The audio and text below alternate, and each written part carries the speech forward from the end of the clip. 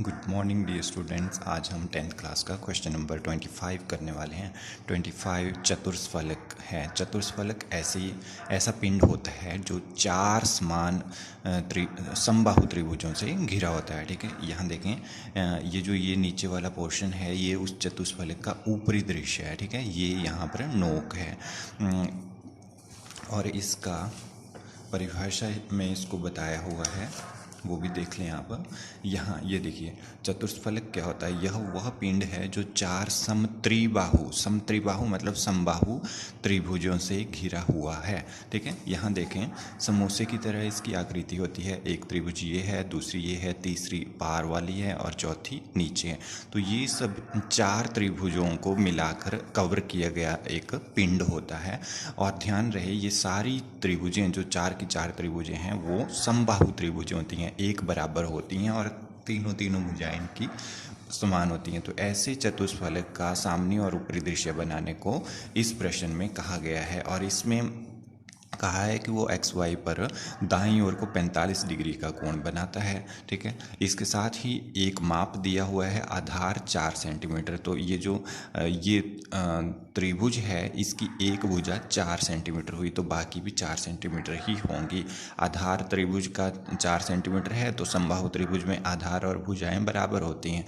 ठीक है, तो 4-4 सेंटीमीटर की सभी भुजाएं होंगी। परंतु इसमें ये जो ऊंचाई है ये नहीं दी हुई है कि ये जो चतुष्फलक की ऊंचाई है ये कितनी है। D1 से लेकर O1 तक ये नहीं दी हुई है। इसको हम कैसे निकालेंगे ये आप प्रश्न में देखेंगे।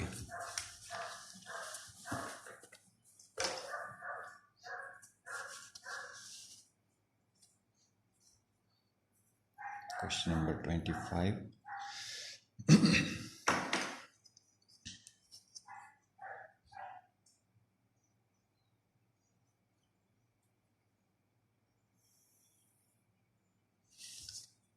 एक्स वाई रेखा, एक्स वाई पर कोई बिंदु लेंगे और इस बिंदु से नीचे की तरफ को, राइट हैंड साइड को 45 डिग्री का कोण बनाएंगे। ये हुआ 45।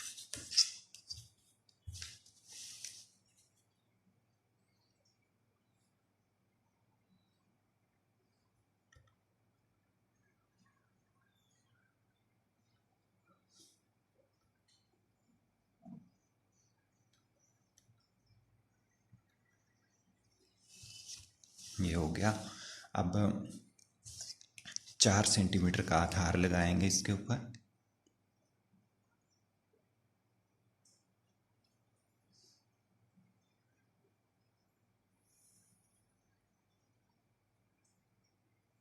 ये हो गया और इसको नाम देंगे बी और सी। इतना कर लेने के बाद हम इस साइड को समबाहु त्रिभुज बनाएंगे। तो समबाहु त्रिभुज के लिए जितना आधार है उतनी ही प्रकार खोली जाएगी, 4 सेंटीमीटर।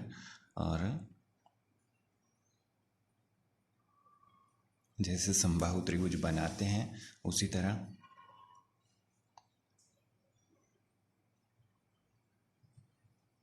ये हो गया। जहाँ ये चापें कटी वो है बिंदु ए।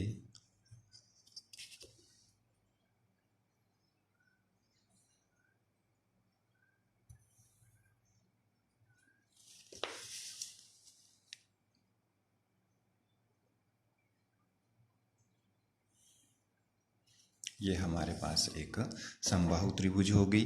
अब समबाहु त्रिभुज का हमें केंद्र बिंदु ज्ञात करना है, बीच वाला शीर्ष पॉइंट।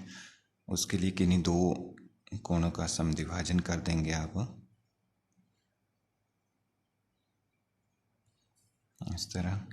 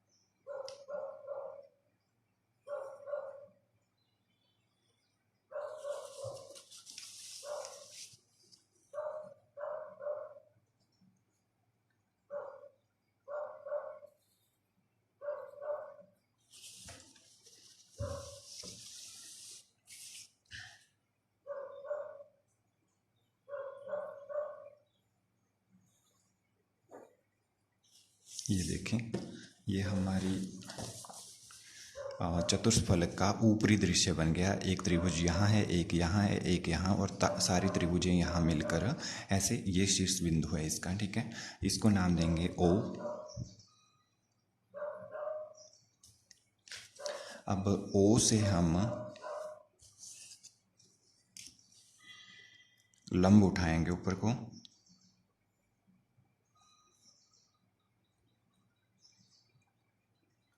और ये लंब आपका XY से ऊपर चला जाएगा, बाकी के लंब आपके XY पर ही रुक जाएंगे। ये हो गया। और इसी के समानांतर B से आप इसमें D का प्रयोग करें, क्योंकि समानांतर रेखाओं में आपसे गड़बड़ हो सकती है। अब A से गया,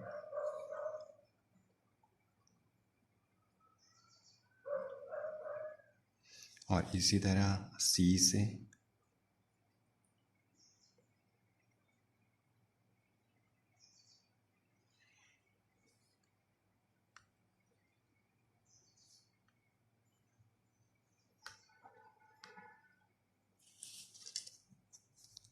A से गया A1, B से गया B1, C से गया C1, O से गया O1। अब क्या करना है आपने, अब हमारे पास इस चतुष्फलक की ऊंचाई नहीं है, वो ज्ञात करनी है। उसके लिए आइए क्या करना है देखते हैं। प्रकार रखेंगे हम B बिंदु पर। B कहाँ है? ये है। B पर रखेंगे प्रकार, और C तक ले जाएंगे, और C से चाप घुमाएंगे ऊपर की तरफ को। ये हो गया इस तरह। अब अपना स्केल रखेंगे AC पर, इस तरह AC पर स्केल रखेंगे और उसको समानांतर सरकाते हुए O तक ले आएंगे, और O पर पहुंचने के बाद जहां हमने C से चाप लगाई है अभी के अभी, उस तरफ को एक समानांतर डॉटेड रेखा ले जाएंगे। जहां ये रेखा इस चाप को काटती है वो आपका D बिंदु है।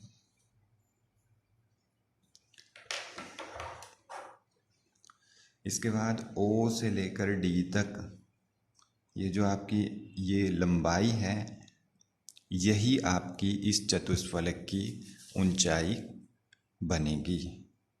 यहाँ O1 पर रखें और ऊपर इसकी ऊंचाई काट दें, और ये आता है आपका O2। ठीक है, तो O1 से O2 बराबर है O से D, OD। ठीक है, ये ध्यान में रखने वाली चीज़ है।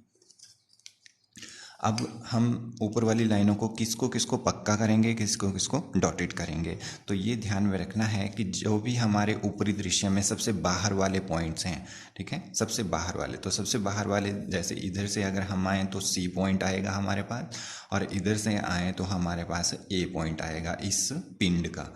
ठीक है, तो A से जाने वाली रेखा पक्की हो जाएगी ऐसे, और C1 से जाने वाली रेखा ये भी पक्की हो जाएगी। ठीक है, अब A और C के आगे कोई बिंदु नहीं है। अगर आगे कोई होता तो वो भी पक्की होनी थी लाइन। इसके पीछे जितने भी बिंदु हैं उनसे जाने वाली लाइनें डॉटेड होंगी। B1 से गया,